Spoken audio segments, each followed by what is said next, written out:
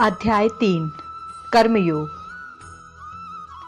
अर्जुन बोले, हे जनार्दन, यदि आपको कर्म की अपेक्षा ज्ञान श्रेष्ठ मान है तो फिर हे केशव, मुझे भयंकर कर्म में क्यों लगाते हैं? आप मिले हुए से वचनों से मेरी बुद्धि को मानो मोहित कर रहे हैं। इसलिए उस एक बात को निश्चित करके कहिए जिससे मैं कल्याण को प्राप्त हो जाऊं। श्री भगवान बोले, हे निष्पाप, इस लोक में दो प्रकार की निष्ठा, साधक की परिपक्व अवस्था अर्थात पराकाष्ठा का नाम निष्ठा है। मेरे द्वारा पहले कही गई उनमें से सांख्य योगियों की निष्ठा तो ज्ञान योग से मोह माया से उत्पन्न हुए संपूर्ण गुण ही गुणों में बरतते हैं ऐसा समझकर तथा मन इंद्रियां और शरीर द्वारा होने वाली संपूर्ण क्रियाओं में कर्तापन के अभिमान से रहित होकर सर्वव्यापी सच्चिदानंद घन परमात्मा में एक ही भाव से स्थित होने का नाम ज्ञान योग है। इसी को संन्यास, सांख्य योग आदि नामों से कहा गया है। और योगियों की निष्ठा कर्म योग से फल और आसक्ति को त्याग कर भगवत ज्ञानानुसार केवल भगवत समत्व बुद्धि से कर्म करने का नाम निष्काम कर्म योग है। इसी को समत्व योग, बुद्धि योग, कर्म योग, तदार्थ कर्म, मदार्थ कर्म, मतकर्म आदि नामों से कहा गया है। होती है, मनुष्य ना तो कर्मों का आरंभ किए बिना निष्कर्मता जिस अवस्था को प्राप्त हुए पुरुष के कर्म अकर्म हो जाते हैं अर्थात फल उत्पन्न नहीं कर सकते, उस अवस्था का नाम निष्कर्मता है को यानी योग निष्ठा को प्राप्त होता है। और ना कर्मों के केवल त्याग मात्र से सिद्धि यानी सांख्य निष्ठा को प्राप्त होता है। निसंदेह कोई भी मनुष्य किसी भी काल में क्षण मात्र भी बिना कर्म किए नहीं रहता, क्योंकि सारा मनुष्य समुदाय प्रकृति जनित गुणों द्वारा परवश हुआ कर्म करने के लिए बाध्य किया जाता है। जो मूढ़ बुद्धि मनुष्य समस्त इंद्रियों को हठपूर्वक ऊपर से रोककर मन से उन इंद्रियों के विषयों का चिंतन करता रहता है, वह मिथ्याचारी अर्थात दंभी कहा जाता है।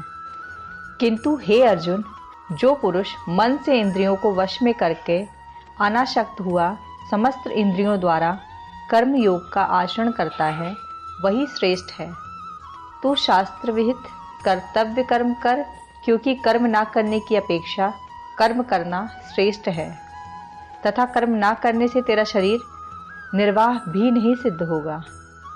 यज्ञ के निमित्त किए जाने वाले कर्मों से अतिरिक्त दूसरे कर्मों में लगा हुआ ही मनुष्य समुदाय कर्मों से बनता है। इसलिए हे अर्जुन, तू अशक्ति से रहित होकर उस यज्ञ के निमित्त ही भली भांति कर्तव्य कर्म कर। प्रजापति ब्रह्मा ने कल्प के आदि में यह यज्ञ सहित प्रजाओं को रचकर उनसे कहा कि तुम लोग इस यज्ञ द्वारा वृद्धि को प्राप्त होगे और यह यज्ञ तुम लोगों को इच्छित भोग प्रदान करने वाला हो। तुम लोग इस यज्ञ द्वारा देवताओं को उन्नत करो और वे देवता तुम लोगों को उन्नत करें। इस प्रकार निस्वार्थ भाव से एक दूसरे को उन्नत करते हुए तुम लोग परम कल्याण को प्राप्त हो जाओगे। यज्ञ द्वारा बढ़ाए हुए देवता तुम लोगों को बिना मांगे ही इच्छित भोग निश्चित ही देंगे। इस प्रकार उन देवताओं द्वारा दिए हुए भोगों को जो पुरुष उनको बिना दिए स्वयं भोगता है, वह चोर है। यज्ञ से बचे हुए अन्न को खाने वाले श्रेष्ठ पुरुष सब पापों से मुक्त हो जाते हैं। और जो पापी लोग अपना शरीर पोषण करने के लिए ही अन्न पकाते हैं, वे तो पाप को ही खाते हैं। संपूर्ण प्राणी अन्न से उत्पन्न होते हैं।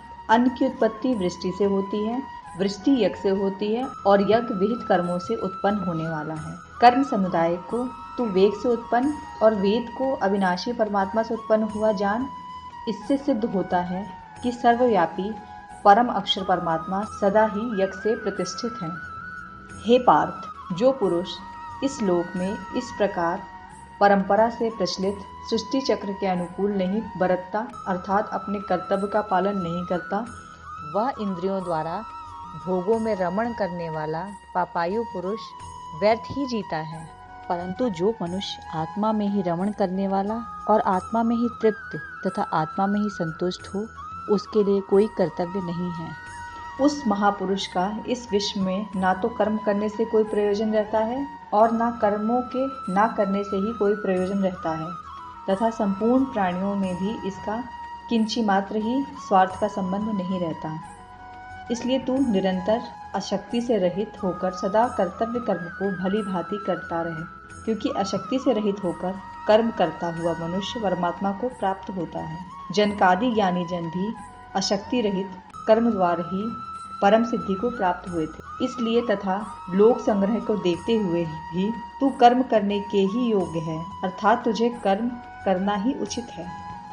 श्रेष्ठ पुरुष जो जो आचरण करता है, अन्य पुरुष भी वैसा वैसा ही आचरण करते हैं। वह जो प्रमाण देता है, समस्त मनुष्य समुदाय उसी अनुसार बरतने लग जाता है। हे अर्जुन, मुझे इन तीनों लोकों में ना तो कुछ कर्तव्य है और ना कोई भी प्राप्त करने योग्य वस्तु अप्राप्त है, तो भी मैं कर्म में बरतता हूँ, क्योंकि हे पार्थ, यदि कदाचित मैं सावधान होकर कर्मों में ना बरतूं तो बड़ी हानि हो जाए, क्योंकि मनुष्य सब प्रकार से मेरे ही मार्ग का अनुसरण करते हैं। इसलिए यदि मैं कर्म ना करूं तो ये सब मनुष्य नष्ट भ्रष्ट हो जाएं, और मैं संकरता न करने वाला हूँ तथा इस समस्त प्रजा को नष्ट करने वाला बनूं। हे भारत, कर्म में अशक्त हुए अज्ञानी जन जिस प्रकार कर्म करते हैं, अशक्ति रहित विद्वान भी लोक संग्रह करना चाहते हुआ उसी प्रकार कर्म करें।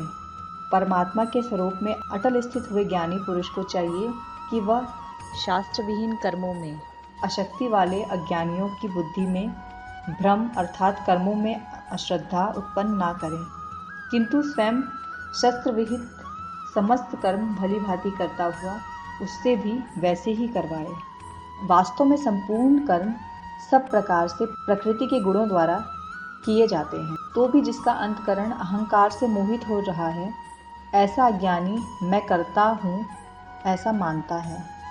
परंतु हे महाबाहो, गुण विभाग और कर्म विभाग त्रिगुणात्मक माया के कर्म रूप 5 महाभूत और मन, बुद्धि, अहंकार तथा 5 ज्ञानेंद्रियां, 5 कर्मेंद्रियां और शब्दादि 5 विषय, इन सबके समुदाय का नाम का गुण विभाग है और इसकी परस्पर ही चेष्टा का नाम कर्म विभाग है।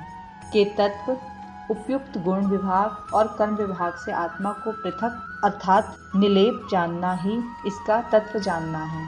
को जानने वाला ज्ञान योगी संपूर्ण गुण ही गुणों में बरत रहे हैं, ऐसा समझकर उसमें अशक्त नहीं होता। प्रकृति के गुणों से अत्यंत मोहित हुए मनुष्य गुणों में और कर्मों में आसक्त रहते हैं। उन पूर्णता न समझने वाले मंदबुद्धि अज्ञान योगियों को पूर्णता जानने वाला ज्ञानी विचलित ना करे। मुझ अंतर्यामी परमात्मा में लगे हुए चित्त द्वारा संपूर्ण कर्मों को मुझ में अर्पण करके आशा रहित, ममता रहित और संताप रहित होकर युद्ध कर। जो कोई मनुष्य दोष दृष्टि से रहित और श्रद्धा युक्त होकर मेरे इस मत का सदा अनुसरण करते हैं, वे भी संपूर्ण कर्मों से छूट जाते हैं। परंतु जो मनुष्य मुझ में दोषारोपण करते हुए मेरे इस मत के अनुसार नहीं चलते, उन मूर्खों को तू संपूर्ण ज्ञानों से मोहित और नष्ट हुए ही समझ। सभी प्राणी प्रकृति को प्राप्त होते हैं, अर्थात अपने स्वभाव के परवश हुए कर्म करते हैं। ज्ञानवान भी अपनी प्रकृति के अनुसार चेष्टा करता है, फिर इससे किसी का हट क्या करेगा। इंद्रियां के अर्थ में अर्थात प्रत्येक इंद्रियां के विषय में राग और द्वेष छिपे हुए स्थित हैं। मनुष्य को उन दोषों के वश में नहीं होना चाहिए, क्योंकि वे दोनों ही इसके कल्याण मार्ग में विघ्न करने वाले महान शत्रु हैं। अच्छी प्रकार आचरण में लाए हुए दूसरे धर्म से गुण रहित भी अपना धर्म अति उत्तम है। अपने धर्म में ही मरना भी कल्याणकारक और दूसरों का धर्म भय को देने वाला है।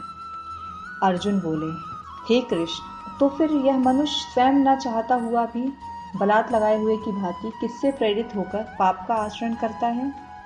श्री भगवान बोले, रजोगुण से उत्पन्न हुए यह काम ही क्रोध है। यह बहुत खाने वाला अर्थात भोगों से कभी न अघाने वाला और बड़ा पापी है। इसको ही तू इस विषय में बैरी जान। जिस प्रकार धुएं से अग्नि और मैल से दर्पण ढका जाता है तथा जिस प्रकार जेठ से गर्भ ढका रहता है, वैसे ही उस काम द्वारा यह ज्ञान ढका रहता है।